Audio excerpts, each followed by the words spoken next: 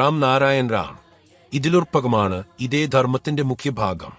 ഈ ചിന്ത ഇവിടെ ആരും പറയാറില്ല. ഇത് മരണപുസ്തകത്തിൽ മുമ്പേ രേഖപ്പെടുത്തിയിട്ടുണ്ട്.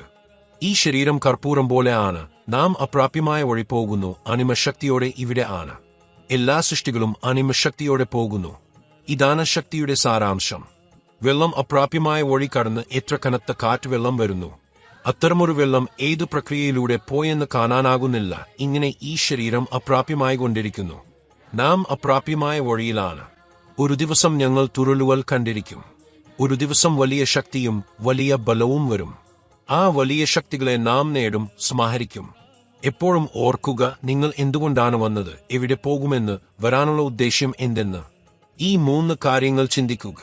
മാറ്റം അത്ഭുതകരമാണ്. ലോകം എന്റെ സ്റ്റേഷനാണ്. നാം ഇടയ്ക്കിടെ പെട്രോൾ എടുക്കുന്നു, ഒരു സ്റ്റേഷനിൽ നിന്ന് മറ്റൊന്നിലേക്ക് പോകാൻ. നക്ഷത്രം നിന്നു നക്ഷത്രത്തിലേക്ക്. നാം ബോധത്തിൽ വിമാനമായി പറക്കും. ഇവിടെ ഇറങ്ങി ശുദ്ധീകരിച്ച ഇന്ധനം വീണ്ടും എടുത്ത് മറ്റൊരു നക്ഷത്രത്തിലേക്ക് പോകണം. ഇത് എന്റെ ലോകമല്ല. നാം കടന്നുപോകുന്നു. ഇത് വെറും സ്റ്റേഷൻ മാത്രമാണ്. നാം ശൂന്യത്തിൽ വസിക്കുന്നു. ലോകവും ശൂന്യമാണ്, നാമും ശൂന്യം. ശൂന്യത നിറക്കുകയാണ്. സൂര്യനും ചന്ദ്രനും നക്ഷത്രങ്ങളും നിറവിന് ശ്രമിക്കുന്നു. എല്ലാവരും ഈ നിറവിനു വേണ്ടി പരിശ്രമിക്കുന്നു.